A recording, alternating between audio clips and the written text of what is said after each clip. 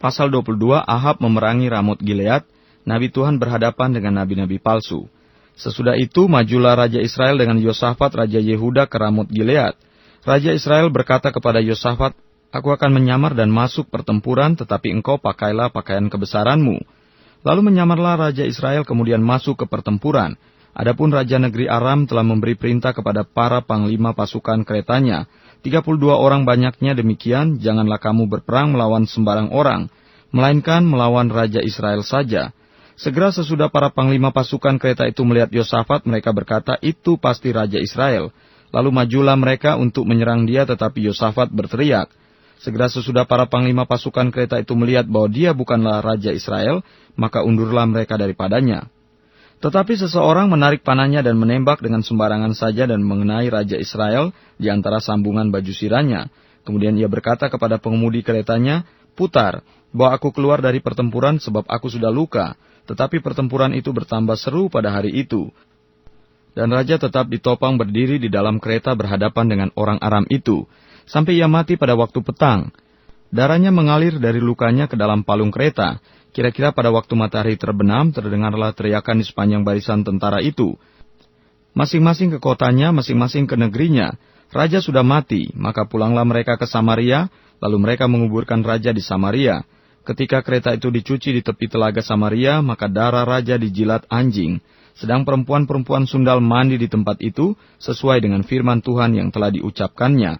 Selebihnya dari riwayat Ahab dan segala yang dilakukannya, serta istana gading dan segala kota yang didirikannya, bukankah semuanya itu tertulis dalam kitab sejarah raja-raja Israel?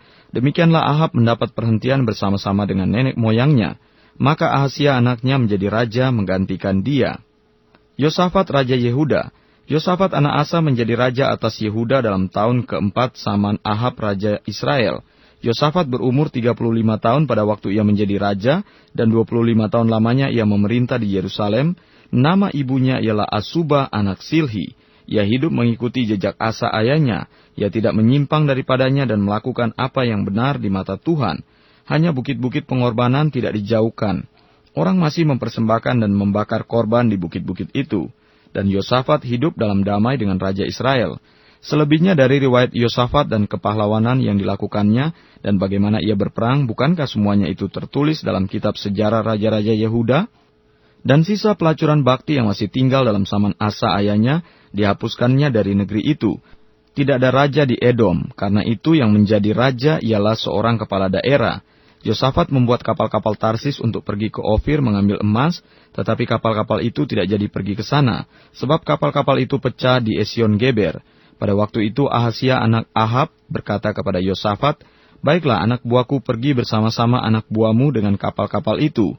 Tetapi Yosafat tidak mau. Kemudian Yosafat mendapat perhentian bersama-sama dengan nenek moyangnya, dan ia dikuburkan di samping nenek moyangnya di kota Daud, bapa leluhurnya. Maka Yoram anaknya menjadi raja menggantikan dia. Ahazia Raja Israel. Ahazia anak Ahab menjadi raja atas Israel di Samaria dalam tahun ke-17 zaman Yosafat Raja Yehuda. Dan ia memerintah atas Israel 2 tahun lamanya. Ia melakukan apa yang jahat di mata Tuhan dan hidup menurut kelakuan ayahnya dan ibunya dan Yerobeam bin Nebat yang telah mengakibatkan orang Israel berdosa.